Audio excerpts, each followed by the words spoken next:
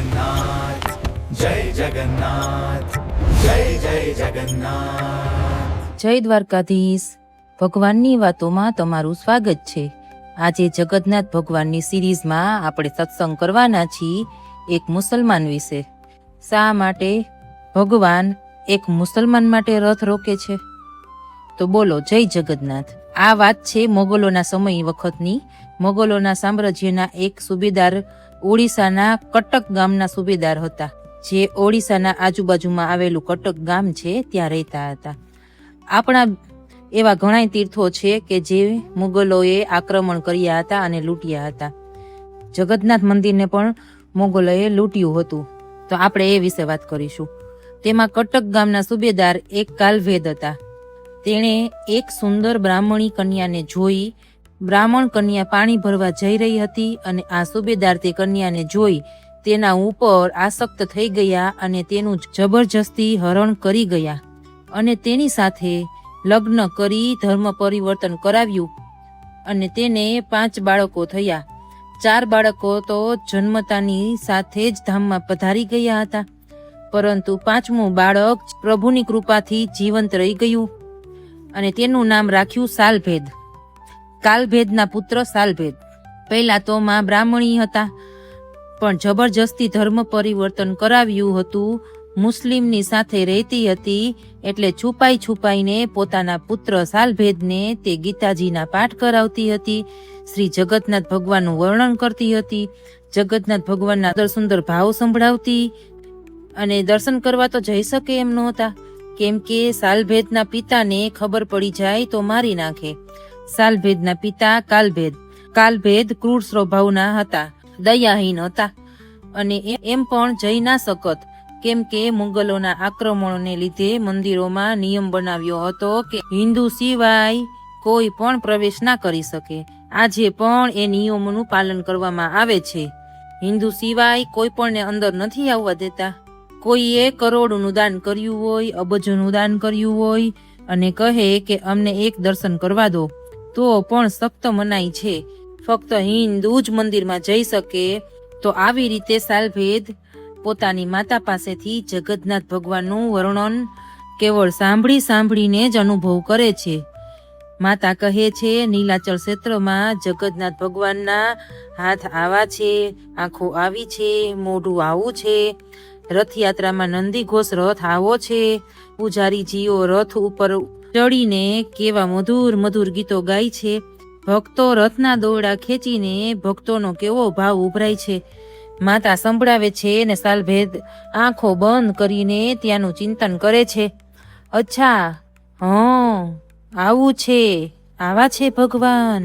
પણ સાલભેદની તો આતુરતા વધતી જાય છે કે હું પણ જાઉં, હું પણ દર્શન કરું, પણ જઈ શકે તેમ નથી।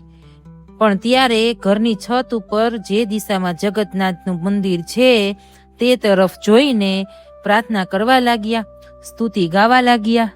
હે નીલાચલ ક્ષેત્રના જગન્નાથ, તમે જેવા મંદિરથી ઉતરીને રથની તરફ આવો છો તો એવું લાગે છે કે તમે કોઈ ગજરાજ છો। હે મતવાલે, ગજેન્દ્રએ તમને બોલાવ્યા તો તમે ગજેન્દ્રની રક્ષા કરી હતી, તો મારી રક્ષા નહીં કરો? હે નાથ, હે પ્રભુ, હે જગન્નાથ। સાલભેદ કહે છે, હું હીન જાતિ છું નાથ, મારો અધિકાર નથી તમારા દર્શન કરવાનો, પણ પ્રભુ કેવળ તમે હિન્દુના જો નાથ હોય, પ્રભુ હોય, તો તમારું નામ બદલાવી નાખો, કેમ કે જગન્નાથ રાખ્યું છે। જગન્નાથ નામમાં તો હું પણ તમારો છું અને તમે આખા જગતના છો। મારી ઉપર જો કૃપા નહીં કરો તો હું તમને હિન્દુનાથ કહીશ, જગન્નાથ નહીં કહું, કેમ કે તમે મારી ઉપર કૃપા નથી કરી। સાલભેદ આવી રીતે અંતરથી ઊંડેથી પોતાના ભાવથી ભગવાનને પોકારે છે।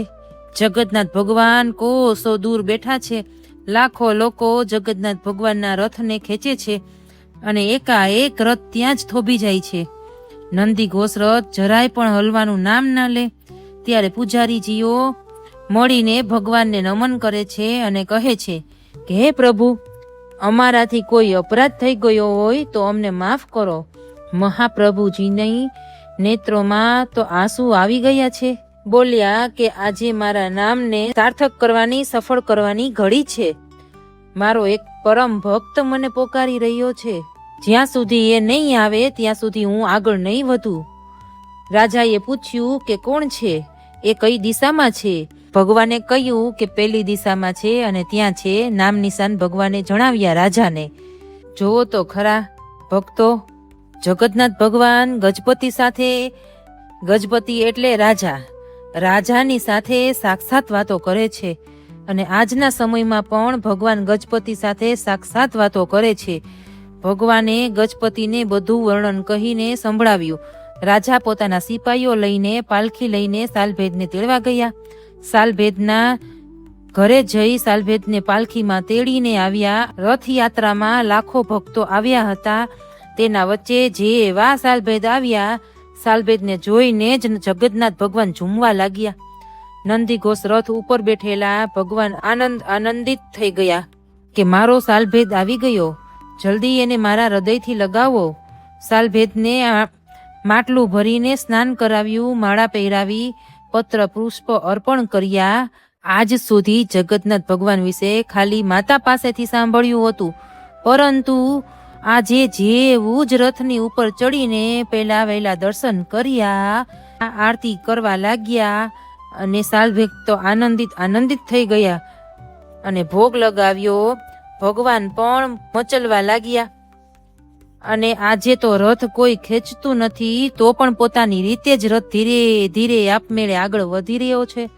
સાલભેદને હૃદયથી લગાવ્યા છે ભગવાને. સાલભેદ તો ચોધાર આંસુએથી રડી પડ્યા છે. અને સાલભેદ જેવા દંડવત પ્રણામ કર્યા. 5 મિનિટ થઈ ગઈ, 10 મિનિટ થઈ ગઈ, 30 મિનિટ થઈ ગઈ, 1 કલાક થઈ ગઈ.